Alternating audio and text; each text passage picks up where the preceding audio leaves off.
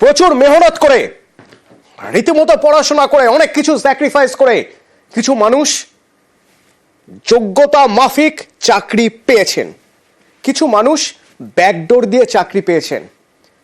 যারা ব্যাকডোর দিয়ে চাকরি পেয়েছেন শাস্তি তাদের পাওয়া উচিত, কিন্তু তাদের কি অপরাধ? যারা যোগ্যতা অনুযায়ী চাকরি পেয়েছিলেন হাউ হাউ করে কাঁদছেন, তারা সবার চাকরি বাতিল হয়ে গেল। সবার চাকরি বাতিলের যে নির্দেশ ছিল হাইকোর্টের সেই নির্দেশ বহাল থাকলো। সুপ্রিম কোর্ট জানালো এখানে হস্তক্ষেপ করার কোনো কারণ তারা খুঁজে পাচ্ছেন না। অর্ণব রয়েছেন আমার সঙ্গে হাইকোর্ট চত্বর থেকে। অর্ণব, একটি সংস্থা তারা চাকরির নিয়োগ দিল, নিয়োগের যাবতীয় সব পরীক্ষা টরীক্ষা সবকিছু নিল, সেখানে দুর্নীতি হয়েছে। সেই দুর্নীতি কোন পর্যায়ের দুর্নীতি, দুর্নীতিতে কারা কারা লাভবান হয়েছে, সেই সব দেখার জন্য কেন্দ্রীয় তদন্তকারী সংস্থা তারা দিনের পর দিন তদন্ত করে গেল, দেশের সর্বোচ্চ আদালত পর্যন্ত গেল, আইনি পথে যতটা জাস্টিস দেওয়া যায় শেষ চেষ্টা করা হলো। তারপরেও দেখা গেল কিছু মানুষ যারা যোগ্যতা মাফিক লড়াই করে চাকরি পেয়েছিলেন, চাকরি তাদের থাকলো না।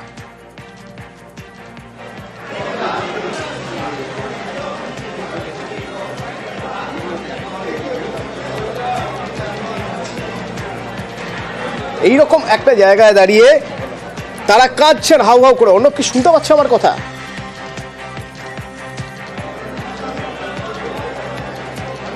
অতনু, আবার যদি প্রশ্নটা করো। হ্যাঁ, অন্য শুনতে পাচ্ছে আমার কথা। অন্য তারপরেও দেখা গেল যে এদের চাকরি থাকলো না, কারণ সুপ্রিম কোর্টের হিসেব অনুযায়ী বা সুপ্রিম কোর্টের পর্যবেক্ষণ অনুযায়ী যে এদের চাকরি, এই 26,000-এর চাকরি পাওয়ার মানে চাকরি থাকার মতো, মানে চাকরি যে চলে গিয়েছে বা চাকরি যাওয়ার যে নির্দেশ, সেই নির্দেশে হস্তক্ষেপ করার মতো কোনো কারণ সুপ্রিম কোর্ট খুঁজে পাচ্ছে না। এখান থেকে প্রশ্ন আসবে যে এই যে মানুষগুলো যারা সত্যি সত্যি যোগ্যতা অনুযায়ী চাকরি পেয়েছিলেন, তাদের চাকরি না থাকার দায় কার?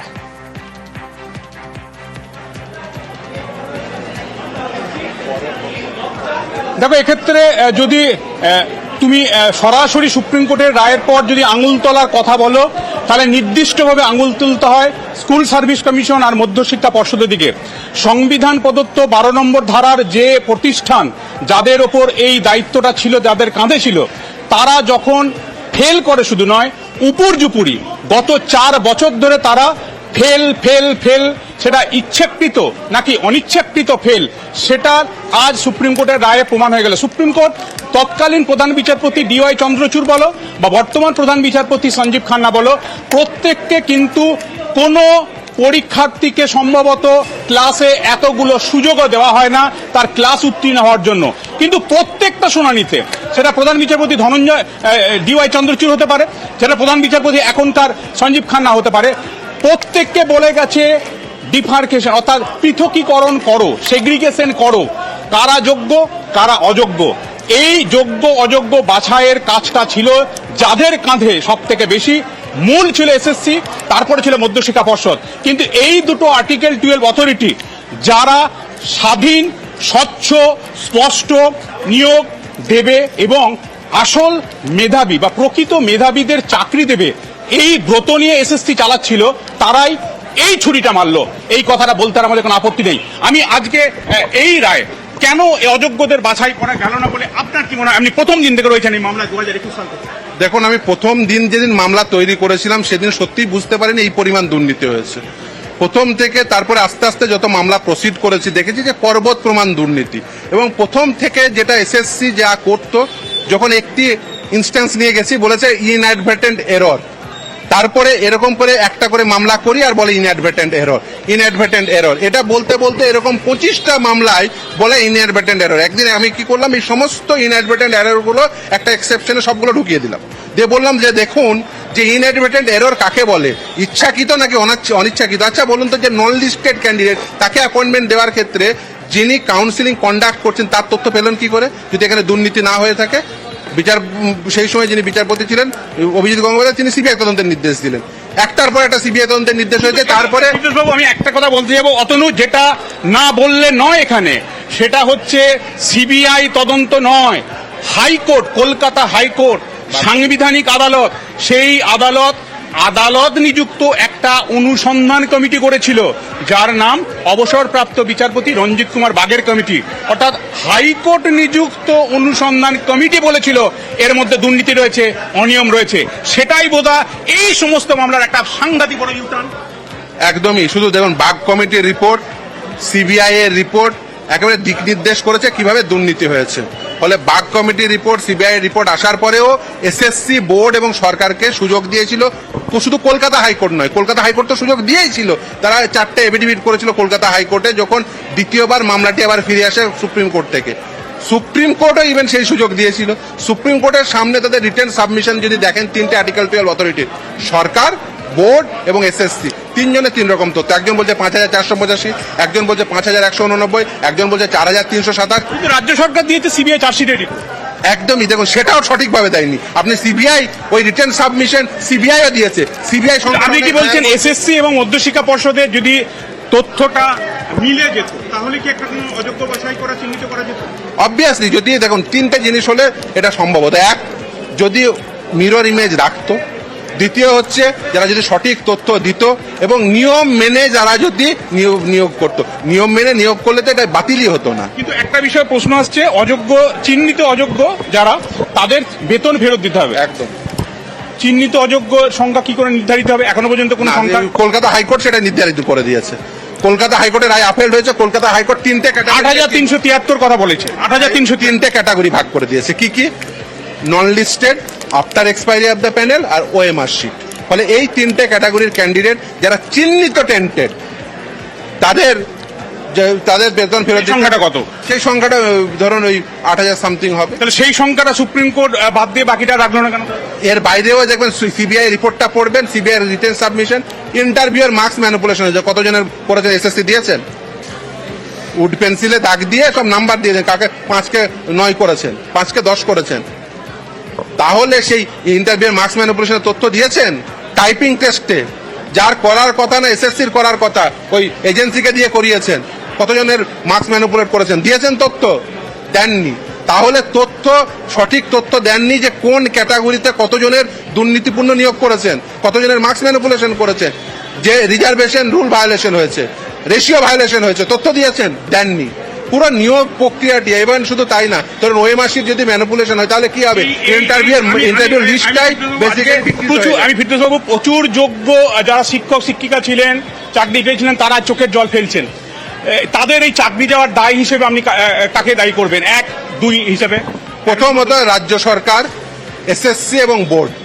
এবং আমি বলবো যে এই ঘটনা চোখে আঙুল দিয়ে দেখিয়ে দিয়েছে কিভাবে রাজ্য সরকারের পুরো ক্যাবিনেট এই দুর্নীতির সঙ্গে যুক্ত, বিশেষ করে সুপার নিউমেরিক পোস্ট ক্রিয়েশনের। ধন্যবাদ জানাবো। এবং আমি আরো ধন্যবাদ জানাবো আইনজীবীকে। আমি অর্ণবের সঙ্গে কথা বলবো। অর্ণব, নিঃসন্দেহে বোর্ড তার দায়ভার এড়াতে পারে না, নিঃসন্দেহে এসএসসি তার দায়ভার এড়াতে পারে না।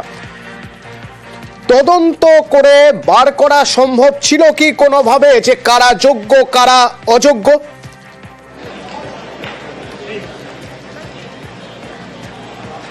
দেখো, আজকে দেশের শীর্ষ আদালতের এই রায় সামনে আসার পর এইটা নিয়ে চর্চা করা কার্যত সুপ্রিম কোর্টের নির্দেশকে কোথাও একটু খাটো করে দেখা। কাজেই সেই জায়গাটা আমরা যতদূর বলা যায় বলবো। তবে এটা ঠিক যেটা আইনজীবীরা বলছেন, এসএসসি এবং মধ্যশিক্ষা পর্ষদ যে দুটো আর্টিকেল 12 অথরিটি ছিল, তারা যদি সঠিক পরিসংখ্যান দিত, অযোগ্যদের তালিকা দিত, দুজনাকার পরিসংখ্যানের যদি একটা ঐক্যমত্যে আসা যেত, তাহলে হয়তো সুপ্রিম কোর্ট যোগ্যদের অযোগ্যদের চিহ্নিতকরণের পর বিষয়টা অন্যভাবে ভাবতে পারত। কাজেই যোগ্যদের চাকরি হারানোর দায় হিসেবে এক্ষেত্রে আর্টিকেল 12 অথরিটি দুটো, এসএসসি এবং মধ্যশিক্ষা পর্ষদ যে দায়ী তা বলার অপেক্ষা রাখে না। কিন্তু এক্ষেত্রে আরেকটা বিষয় তোমায় যোগ করতে যাবো, যেটা আমি বলতে গিয়ে একটু আগে আটকে গেলাম। সেটা হল সিবিআই শেষ শুনানির দিন 10 ফেব্রুয়ারি কি বলল? সিবিআই বলল, সেন্ট্রাল ফরেন্সিক সায়েন্স ল্যাবরেটরির রিপোর্ট অনুযায়ী এসএসসি যে ওএমআর প্রায় নিয়োগ হয়েছিল প্রায় 26,000, তার যে সমস্ত ওএমআর, সেই ওএমআরগুলি প্রথম স্ক্যান করে পিডিএফ করে একটি সংস্থা, তার নাম ডেটা স্ক্যানটেক। এই ডেটা স্ক্যানটেকের কাছ থেকে এই নায়েসা কমিউনিকেশন, যারা ওএমআর মূল্যায়নের সম্পূর্ণ দায়িত্বে ছিল, তারা পুরো বিষয়টা নেয় এবং তারা হার্ড ডিস্কে সেটা আর্কাইভ রাখে। যে হার্ড ডিস্কটা নাইসার প্রাক্তন কর্মী পঙ্কজ বনসলের বাড়ি থেকে সিবিআই গাজিয়াবাদ থেকে পুনরুদ্ধার করে। এই হার্ড ডিস্কের তথ্যটা সঠিক না সঠিক নয়, এভিডেন্স অ্যাক্ট অনুযায়ী এটা প্রাইমারি ডেটা না সেকেন্ডারি ডেটা, এই নিয়ে বিস্তর চর্চা হয়েছে, বিস্তর আইনি সওয়াল জবাব হয়েছে। সিবিআই শেষ দিন সিএফএসএল এর রিপোর্ট তুলে ধরে বলল যে দুটোর হ্যাশ ভ্যালু, অর্থাৎ যে ওএমআর অরিজিনাল ছিল তার হ্যাশ ভ্যালু এই পঙ্কজ ব্যান্সেলের সিবিআই উদ্ধার করা হার্ড ডিস্কের যে তথ্য ওএমআর এ রয়েছে তার হ্যাশ ভ্যালু সমান। খুব সংক্ষেপে বোঝার জন্য যদি বলি, দেখো অতনু, তোমার যে হাত, তার হাতের যে ফিঙ্গারপ্রিন্ট, সেই ফিঙ্গারপ্রিন্ট কোনোভাবেই পরিবর্তিত হতে পারে না। তোমার যেটা আমরা বেসিক্যালি বায়োমেট্রিক বলি, আমার চোখের মণি, এই মণির যে ছাপ যেটা বায়োমেট্রিক হয় সেটা কোনোদিন পরিবর্তন করা যায় না। একই রকম ভাবে আইটিতে, ইনফরমেশন টেকনোলজিতে এই হ্যাশ ভ্যালু, এই মেটা ভ্যালু একটা অত্যন্ত গুরুত্বপূর্ণ বিষয়। যে হ্যাশ ভ্যালু আনচেঞ্জ বলে সিবিআই তদন্তে বিলিভ করছে, এই সওয়ালটা সিবিআই এর এবং তাদের রিটেন স্টেটমেন্টটার পক্ষে গেল সুপ্রিম কোর্ট। এবং তাই এই দুর্নীতির যে সিলমোহর হাইকোর্ট চাপিয়েছিল 22 এপ্রিল, প্রায় এক বছর পর 3রা এপ্রিল 2025 এসে সেই সিলমোহরই বহাল রাখলো দেশের শীর্ষ আদালত, যা স্বাধীনতা উত্তর ভারতবর্ষের ইতিহাসে সব থেকে বেশি নিয়োগ দুর্নীতির মামলা হিসেবে আগামী দিনে পরিগণিত হবে। পরবর্তীতে তোমার সঙ্গে যোগাযোগ করবো। আমার সঙ্গে মৈত্রী রয়েছেন সুপ্রিম কোর্ট চত্বর থেকে, নয়াদিল্লি থেকে। মৈত্রী, চাকরি যারা হারিয়েছেন তাদেরও একাংশ, তারা আজও গিয়েছিলেন আইনজীবীদের সঙ্গে, তারাও ছিলেন, তাদের সঙ্গে কোনো কথা বলা সম্ভব হয়েছে এখনো পর্যন্ত? দেখো, তাদের সঙ্গে আমরা কথা বলেছিলাম, তারা দৃশ্যতই তারা বেশ কিছুটা হতোদ্যম হয়ে রয়েছেন, যদিও তারা অপেক্ষা করছেন সুপ্রিম কোর্টের রায়ের যে বিস্তারিত অর্ডার কপি সেটা আসার জন্য। একদিকে চাকরি হারানো হচ্ছে এবং সেই হারানোর একটা আঘাত তাদের রয়েছে, কিন্তু যে কিছু মডিফিকেশনের কথা সর্বোচ্চ আদালতের তরফ থেকে বলা হয়েছে এবং আনটেন্টেডদের জন্য যে কিছু এজ রিল্যাক্সেশনের কথা বলা হয়েছে এবং নিয়োগ প্রক্রিয়া পুনরায় করার কথা বলা হয়েছে, সেখানে দাঁড়িয়ে তারা কিছুটা সময় নিতে চাইছেন। তাদের কাছে এটা একটা বড় ধাক্কা, তার কারণ তারা আশা করেছিলেন যে তারা যেহেতু তারা যোগ্য চাকরি প্রার্থী হিসেবে তারা নিজেদেরকে জানাচ্ছেন, তারা দাবি করছেন যে তারা যোগ্য চাকরি প্রার্থী, তারা বলেছেন যে তারা কোথাও কোনো রকম কোনো দুর্নীতি করেননি নিয়োগের ক্ষেত্রে এবং তারা স্বচ্ছতার সঙ্গে নিজেদের শিক্ষকতার চাকরিটা তারা করে এসেছিলেন। সেই জায়গায় দাঁড়িয়ে তাদের কাছে আজকের রায় যথেষ্টই হতাশা ব্যঞ্জক, কিন্তু একই সঙ্গে তারা অপেক্ষা করতে চাইছেন সর্বোচ্চ আদালতের সম্পূর্ণ নির্দেশ দেখার। তার কারণ সেখানে কিছুটা হলেও রিল্যাক্সেশন দেওয়া হয়েছে হাইকোর্টের অর্ডারের থেকে, অর্থাৎ এজ রিল্যাক্সেশনের কথা প্রধান বিচারপতি সঞ্জীব খান্না আজকে বলেছেন, নতুন করে নিয়োগের কথা আজকে প্রধান বিচারপতি সঞ্জীব খান্না বলেছেন। ফলে সেই জায়গাগুলো, সেই বিষয়গুলো যে তারা নতুন করে নিযুক্ত হওয়ার সুযোগ তাদের কাছে থাকবে কিনা, নাকি তাদের যে চাকরির স্বপ্ন সেটা একেবারেই ভেঙে গেল, সেই সমস্ত বিষয়টা তারা আরো কিছুটা শিওর হতে চাইছেন, কিছুটা সময় পেতে চাইছেন। তারা সংবাদ মাধ্যমের সামনে খুব বেশি মুখ খুলতে চাইছেন না, তারা খুব সামান্যই অল্প কথায় তারা নিজেদের এইটুকু বক্তব্য জানিয়েছেন এবং তারপর তারা সুপ্রিম কোর্ট চত্বর থেকে তারা ইতিমধ্যেই কিন্তু তারা বেরিয়ে গিয়েছেন। অল্প কয়েকজন তারা এসে উপস্থিত হয়েছিলেন এই আশা নিয়ে যে তারা এখানে হয়তো তাদের পক্ষে রায় যাবে, কারণ তারা দাবি করছেন যে তারা যোগ্য চাকরি প্রার্থী এবং তারা দীর্ঘদিন ধরে তারা চাকরি করছেন, সৎভাবে তারা চাকরি পেয়েছেন এবং তারা চাকরি করছেন এবং তাদের সেই যোগ্যতা সর্বোচ্চ আদালতের কাছে প্রমাণ হবে, এমন আশা নিয়ে তারা দিল্লি ছুটে এসেছিলেন। কিন্তু যখনই সর্বোচ্চ আদালতের তরফ থেকে খুব অল্প সময়ের মধ্যে তাদের রায় ঘোষণা করা হয় এবং সেই রায় ঘোষণাতে একেবারে হাইকোর্টের ডিভিশন বেঞ্চের রায় বহাল রাখা হয়, তারপরে তারা বেশ কিছুটা হতাশ তারা হয়ে গিয়েছেন, কিন্তু তারা এখনো অপেক্ষা করছেন সুপ্রিম কোর্টের বিস্তারিত অর্ডার হাতে পাওয়ার। অতনু, ধন্যবাদ মৈত্রী।